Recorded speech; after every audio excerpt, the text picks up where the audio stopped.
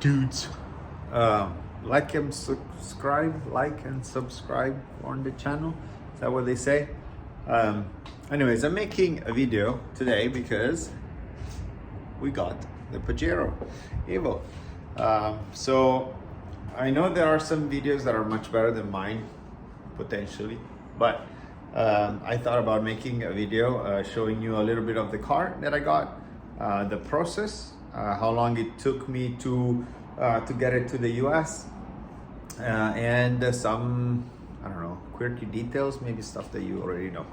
Okay. So I found this car on eBay UK, and I talked to the owner last year. I think it was March last year, asking him to post some pictures, especially on the underside. So this is the type of car that whenever someone sends you pictures of it, if they don't send you the underside, it's irrelevant. You want to check for rust. They all come from Japan. Look at this. Dang. Damn it. I wasn't there when I got it. Anyways, he sent me pictures of the underside, and then I paid for it in good faith, I guess. And well, he kept it until December of 2022 because the car is a build date of December 1997. So it needs to be 25 years. I don't know where is the build date. I guess it's somewhere. See here? No? Okay. Anyways, he kept it there until December, and then I shipped it. Shipment took about a month over Christmas. And did you hear this? Just hear it. Like the sound that it makes when you close it. So proper. It took about a month. It arrived at port. They tell you that the car has arrived, and you go pick it up. And then I got some temporary plates. Apologies for the mess. Apologies, it's my garage. I shouldn't apologize. So this is my temporary plate, and then in April I will have the police to do a check on the VIN to make sure that everything is okay. So so yeah, and so I'm still in the process. I don't have a title with me.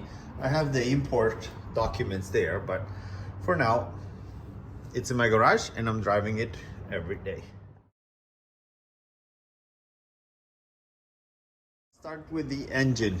Contrary from what people think, it's an evolution, but it didn't come with a 2-liter turbo engine of the Evo. It came with a Mavic 3.5 liter V6 that makes around 280 horsepower. Here there should be a cover. I don't have it. It didn't come with it. Maybe I'll buy one. I don't know. But it should be a plastic cover. But it's all that you see here. I think 290 horsepower, 280 horsepower for the late 90s on an SUV is pretty damn good, I would say. So obviously it's not the fastest truck ever, but it moves. Let's say it does move. Some fun facts. I bought spark plugs, and then I realized that to change the spark plugs you need to remove this thing. Well, 3 are easy, they're here, but the other 3 are under here, and there's no way I'm changing spark plugs myself. So there you go. This is the original airbox. Actually, the filter was beautiful. I was checking it just to understand. You know, sometimes you look at the quality of the air filter and it tells you maybe how good the owner was in maintaining it. This freaking thing doesn't open. Okay, anyways. The air filter, yeah, you can see it is like brand new, so yay to that. You can still see some rust. I sprayed some inhibitor, I think you would call it, but it's normal. I mean, it comes from Japan, and it's 25 years old. Also, guys, the thought that this car came to me after 25 years, I don't know. I kind of like the idea. So here it is. It comes with aftermarket wheels. These are 2 pieces ZZYZX, which is the laziest wheel company name ever. I put some Toyo tire open country roads to give it the rugged look. As you can tell, I went off-road and then I installed new tires. I didn't like these wheels at first, but then, you know what? I kind of like them. I think they fit the truck. Yeah, not bad. Anyways,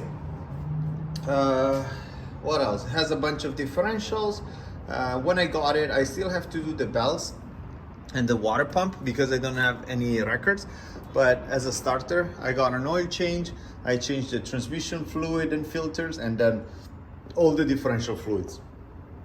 I also got an alignment, and I discovered that the tie rods were sized, so I spent $500 in labor to release the tie rods, which were completely rusted. Look how short this thing is. It's crazy. As I was saying, it's a short wheelbase, so it's super short. You would expect to have 2 more doors in the back. It is very tiny as well, and the interior tiny for being an SUV. Okay, so if you're used to a, what is it, like a F-150 Raptor, this is small, right? You see it here. It ends right there. My daughter actually enjoys to get on the rear seat from the back. That sounds so nice. I bought it because I don't know. I always like quirky cars. I've been looking at these cars for the past, I want to say, 5 years. So I like the Evo, the Pajero Evo before the Pajero Evos were cool. Here you can see, I open it. Nothing much to see, not too much space, cargo space. It's great for families to go on trips. Not really, but seats go flat all the way down.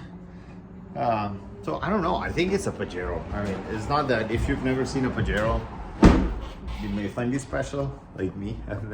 I never owned one, but otherwise, I think it is the engine, the body, right? These flares that make it a special car, right?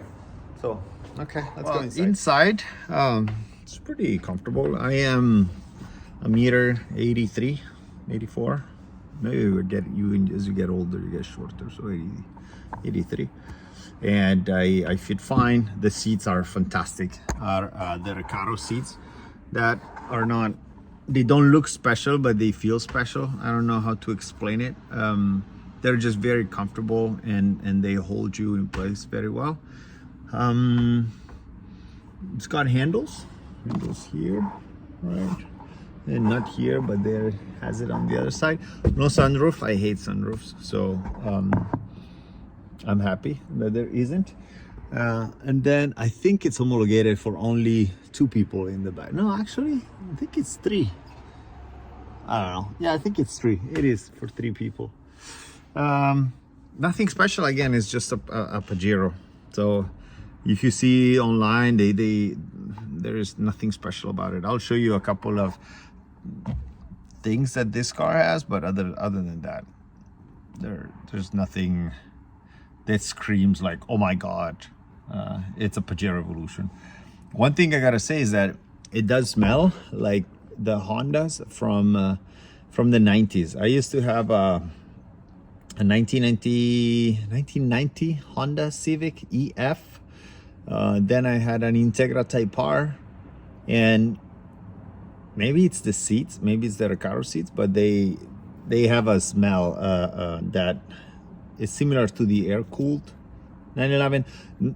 The concept is similar, like the smell is different, but the concept is that it has a very typical smell that I don't know. My wife says it smells like someone dropped a beer can, and it let it dry there.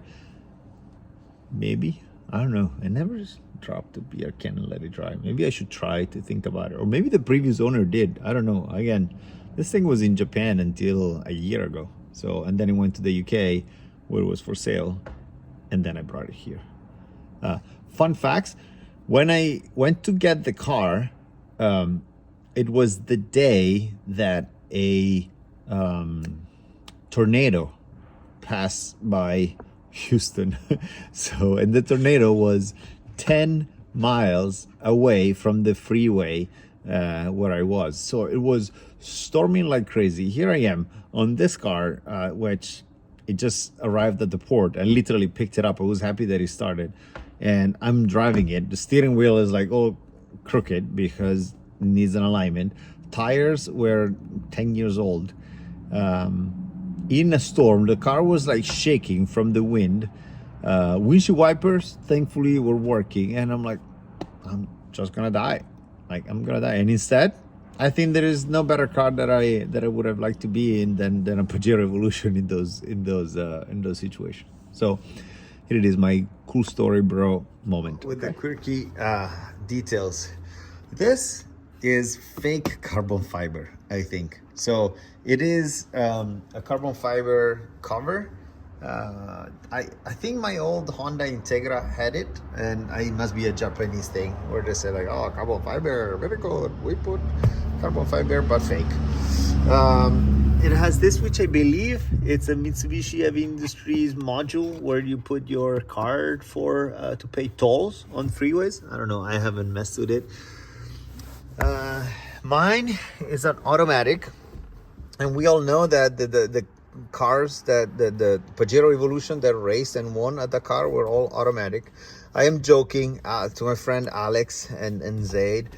They know I am joking, but they were not automatic. It's BS. Whoever said that the cars that raced in Dakar had this automatic gearbox is full of crap. So that's not true. I don't mind the automatic gearbox. I dislike when they change the shape, but otherwise I'm fine. This is like a work animal, you know. It's not like an athlete 911 GT3 that you need to have it in manual. The automatic, for me, it's perfectly fine. I find this odd. There is the minuses in the back and the pluses in the front. I think it should be reversed, but whatever. Here we have an ashtray. Here we have a secret compartment. Look at this. This is kind of cool. This one was probably for the rear windows that this car doesn't have. A little compartment here. Japanese radio. Air conditioning works really well, actually. I like it. The gauges, you got the battery here, which works well. This one, the oil battery, doesn't really do much, I think. And the compass, it has a life of its own. This is obviously the selector for the all-wheel drive to lock it. I tried it once, and I don't know. I mean, I didn't have a reason to use it, but that's it. I just wanted to show it to you. What else? That's it. The Recaros, they recline. They have lumbar adjustments. So overall, it's pretty cool. I'm not gonna. Should I go for a test drive? I decided not to go for a test drive. It doesn't make sense. But I can tell you a couple of things if you're looking to buy a Pajero Evo. Before you start to look for manual or automatic, which is also a big decision that you got to make, because I believe they made only 700 out of 2,500 in manual. I think something like that. But you should look for rust. So try to find the car that has the least amount of rust. They all gonna have it, but just find one that has the least amount. Get pictures from the underside, the frame of the car, because that's gonna dictate if it's a good car or not. If you see patches or holes, just run. Like, find another car to buy. Okay. The second obviously recommendation is be ready or familiarize yourself with Japanese website for to import car parts, because this is not the car that you take for, you know, to the dealer just to get it maintained. The many parts are shared with the 6G74 engine, but many others are customs. They may all leak oil sometimes, so this one doesn't. But if they do, sometimes it's the cam seals, which then you can do the valve cover gaskets, and most of these parts you can find them on amemaya.com. I think that's, or .co.jp. Anyways, ask me and I'll shoot you the link if it's needed. You gotta be ready to live with the stress of a car that has many parts that are no longer available. When I got this car, the driver's side window wasn't working, and I was panicking a little bit because I removed the switches, thinking that it was the switches that were not working, that they were damaged, and I realized that the part number on the switch is a part that is no longer available. So if it's no longer available, what do you do? Send it to someone to fix it. Anyway, I managed in the end. It was just the contacts. I had to clean them and now it works. But it is something, it's a stress, right? You can't just take it and trash it like you would do for another car, because if something goes wrong, parts are not easy to source. Other than that, I put 600 miles in it in the month that I had it. I'm trying to drive it everywhere. It's extremely thirsty, so if you live in a place where gas is expensive, think about that, because I barely do 5 kilometers per liter, or I think 12, 13 miles to the gallon. So it's something that you want to consider. Other than that, I don't know, I think it looks super cool. And I had a friend taking some pictures that I'm going to be posting at the end of this video. You say posting? Adding, I think. That's it. If you have any questions, I'm not an expert on Pajero evolutions, or Pajero in general, that is.